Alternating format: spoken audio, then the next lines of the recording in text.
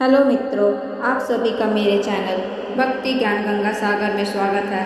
आज हम भोलेनाथ की ऐसी कहानी का श्रवण करने जा रहे हैं जिसे श्रवण करके रोंगटे खड़े हो जाते हैं।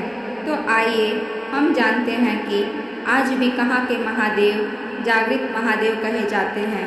यदि आपको यह कहानी अच्छी लगेगी तो मेरे चैनल को लाइक और सब्सक्राइब करें। केदारनाथ के दर्शन करने के लिए भक्त साल भर इंतजार करते हैं। केदारनाथ की चढ़ाई को बेहद ही मुश्किल माना जाता है, लेकिन ऐसा कहा जाता है कि भोले बाबा जिसे दर्शन देने की ठान लेते हैं उसे दर्शन देकर ही रहते हैं। केदारनाथ के दर्शन करने के लिए भक्त साल भर इंतजार करते हैं। केदारनाथ की चढ़ाई को बेहद ही मुश्किल माना जाता है, लेकिन ऐसा कहा जाता है कि भोले बाबा जिसे दर्शन देने की ठान लें उसे दर्शन देकर ही रहते हैं। इसी बात से जुड़ी है भगवान शिव के एक भक्त की कहानी, जिसके बाद केदारनाथ को जागृत महादेव कहा जाने लगा। तो चलिए आपको सुनाते हैं वो कहानी जिसके बाद केदारनाथ को जागृत महादेव कहे जाने लगा। केदारनाथ को कहते हैं जागृत महादेव। ऐसा कहा जाता है कि एक बार एक शिव भक्त अपने गांव से केदारनाथ धाम की यात्रा पर निकला। पहले यात्रा की सुविधाएं तो थी नहीं, वह पैदल ही निकल पड़ा। रास्ते में जो भी मिलता उससे केदारनाथ का मार्ग पूछ लेता और मन में भगवान शिव का ध्यान करता रहता। चलते चलते उसको महीने बीत गए। आखिरकार एक दिन वह केदार धाम पहुंच ही गया। केदारनाथ में मंदिर के द्वार 6 महीने खुलते हैं और 6 महीने बंद रहते हैं। वह उस समय पर पहुंचा जब मंदिर के द्वार बंद हो रहे थे। मंदिर के पंडित को उसने बताया वह बहुत दूर से महीनों की यात्रा करके आया है। पंडित से प्रार्थना की, कृपया करके दरवाजे खोलकर प्रभु के दर्शन करवा दीजिए।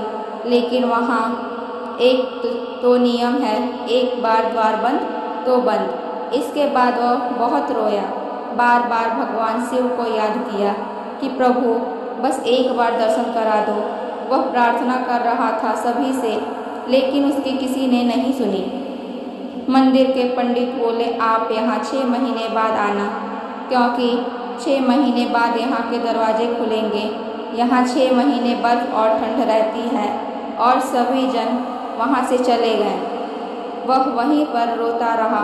रोते रोते रात होने लगी, चारों तरफ अंधेरा हो गया, लेकिन उसे विश्वास था अपने शिव पर कि वो जरूर कृपा करेंगे और उसे दर्शन देंगे।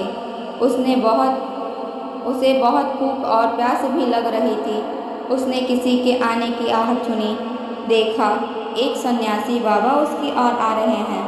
वह सन्यासी बाबा उसके पास आए और पास में बैठ गए। सन्यासी बाबा ने उससे पूछा, बेटा कहाँ से आए हो? उसने सारा हाल सुना दिया और बोला, मेरा आना यहाँ पर व्यर्थ हो गया बाबा जी। बाबा जी ने उससे समझाया और खाना भी दिया। फिर बहुत देर तक बाबा उससे बातें करते रहे। बाबा जी को उस पर दया आ गई। वह बोले, बेटा मुझे लगता है सुबह मंदिर जरूर खुलेगा, तुम दर्शन जरूर करोगे। बातों बातों में इस भक्त को ना जाने कब नींद आ गई। सूर्य के मध्यम प्रकाश के साथ भक्त की आंख खुली। उसने इधर उधर बाबा को देखा, किंतु वह कहीं नहीं थे। इससे पहले वह कुछ समझ पाता, उसने देखा पंडित आ रहे हैं अपनी पूरी मंडली के साथ। उसने पंडित को प्रणाम किया और बोला, कल आपने तो कहा था मंदिर 6 महीने बाद खुलेगा, इस बीच कोई नहीं आएगा यहाँ, लेकिन आप तो सुबह ही आ गए। पंडित जी ने उसे गौर से देखा, पहचानने की कोशिश की और पूछा, तुम वही हो जो मंदिर का द्वार बंद होने पर आए थे, जो मुझे मिले थे? 6 महीने होते ही वापस आ गए?